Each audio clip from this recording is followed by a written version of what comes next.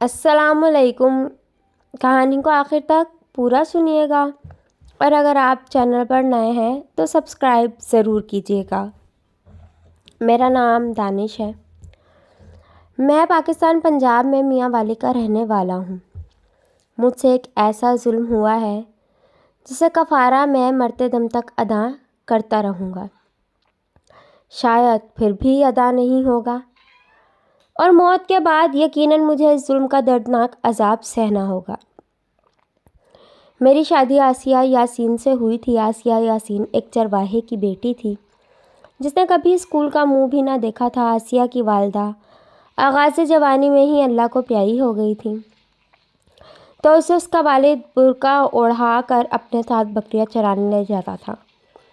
گاؤں کے لوگوں نے ایسا کرنے سے بہت بار منع کیا، مگر وہ ہر کسی کی بات سنی انسنی کر دیتا۔ اگر کوئی زیادہ مجبور کرتا تو وہ کہتا میں اپنی بیٹی کو تنہا نہیں چھوڑ سکتا، کیونکہ مرد کا کوئی بھروسہ نہیں ہوتا، وہ کبھی بھی درندہ بن کر کسی معصوم ننھی کلی کی عزت کو رون ڈالتا ہے۔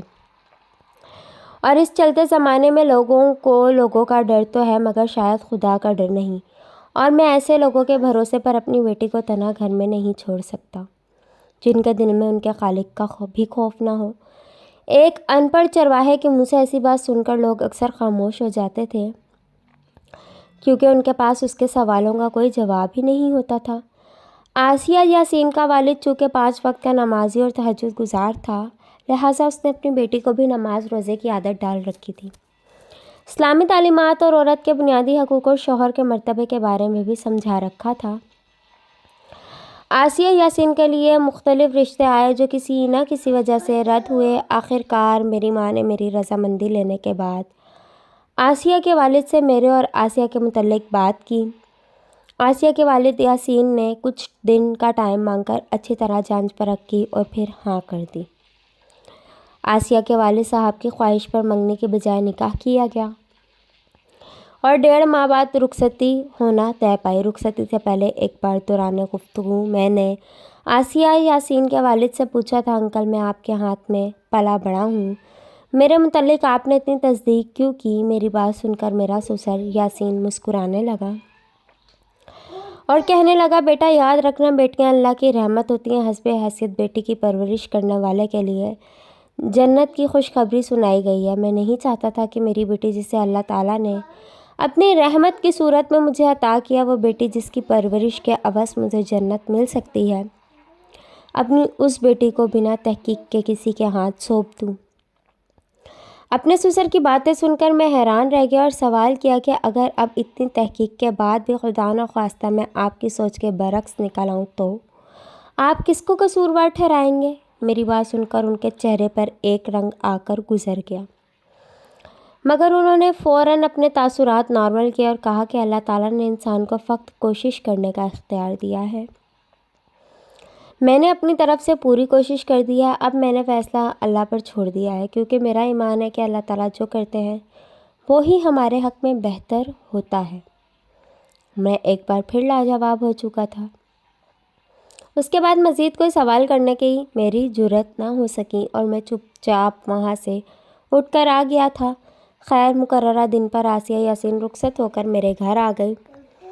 اس بات کی میں آج بھی تصدیق کرتا ہوں کہ آسیہ نے مجھے واقعی مجازی خدا مانا تھا۔ شاید اس کی ماں بھی ہوتی تو اتنے اچھے انداز میں اس کی تربیت نہ کر پاتی، نہ ہی آج کے دور کی پڑھی لکھی ماں اپنی بیٹی کی تربیت اس انداز سے کر سکتی ہے جس طرح ایک ان پڑھ چرواہے نے اپنی بیٹی کی تربیت کی تھی۔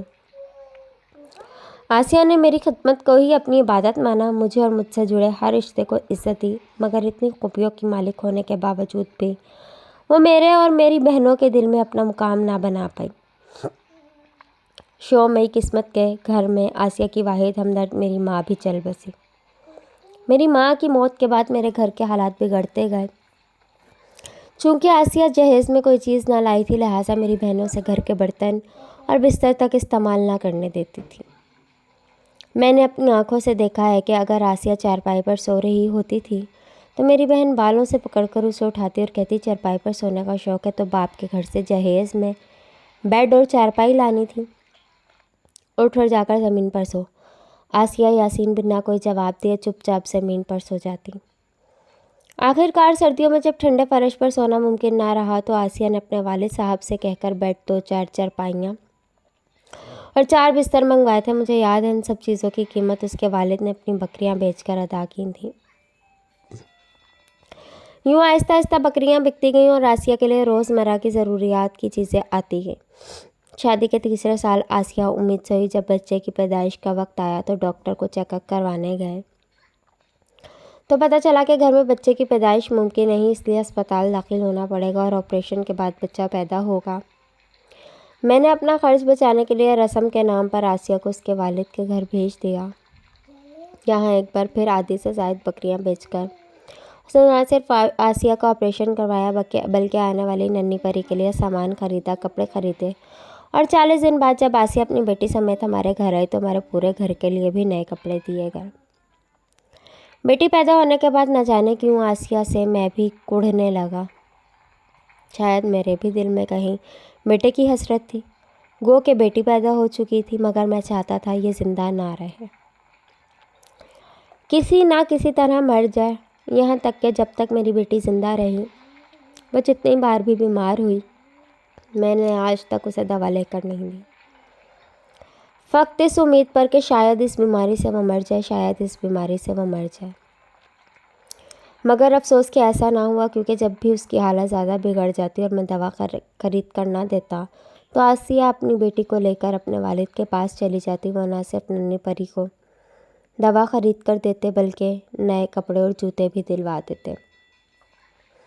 بھلے ہی ہر بار ان کے ریوڑ سے ایک بکری کم ہو جاتی، کیونکہ وہ بیچ کر بیماری کے اور دوسرے اخراجات پورے کر دیے جاتے۔ جب کسی بھی صورت میں مجھے اپنی سگی بیٹی کے مرنے کی خواہش پوری ہوتی ہوئی نظر نہ آئی تو میں نے اپنی بیوی کو مجبور کرنا شروع کر دیا کہ اسے کسی فلاحی ادارے کے حوالے کر دو، مگر میری بیوی نہ مانی۔ یہاں تک کہ رات کو جب میری بیٹی روتی تو میں اٹھ کر اپنی بیوی کو مارنے لگتا اور کہتا تمہاری وجہ سے میری نیند خراب ہوئی ہے، نہ تم اسے پیدا کرتی نہ مجھے یہ عذاب جھیلنا پڑتا۔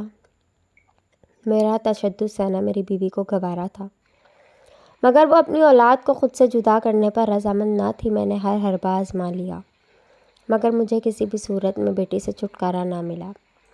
جب کبھی میں سیدھا بیوی سے کہتا مجھے بیٹی نہیں چاہیے تو قرآن و حدیث کے حوالے دے کر مجھے بیٹیوں کی اہمیت بتانے لگتی، بیٹی کو وجہ بخشش اور جنت کی بشارت بتانے لگتی۔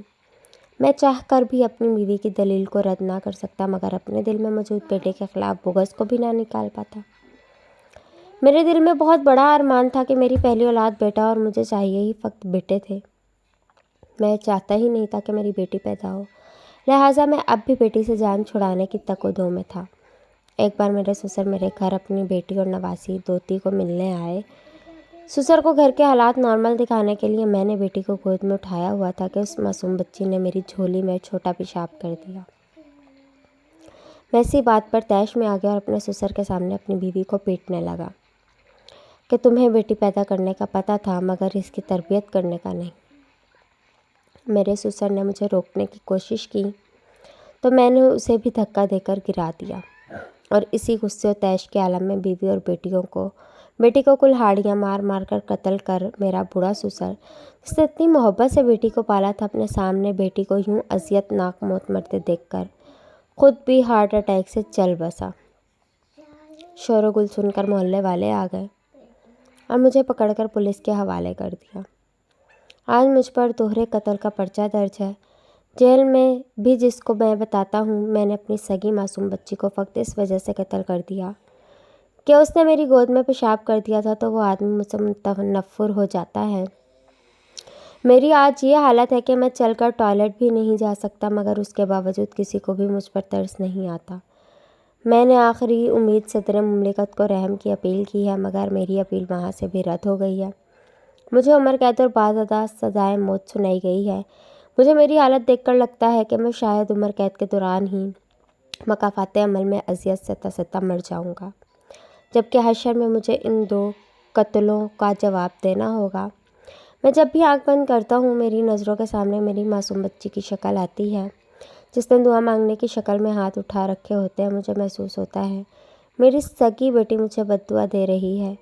میں نے تو یہ ظلم کر دیا، مگر باقی مردوں کو نصیحت کرتا ہوں بیٹی اللہ کی رحمت ہوتی ہے۔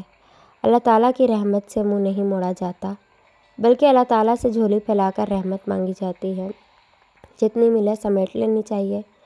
بیٹی کے حوالے سے ایک حدیث شریف بھی قائرین کرام تک پہنچانا چاہتا ہوں۔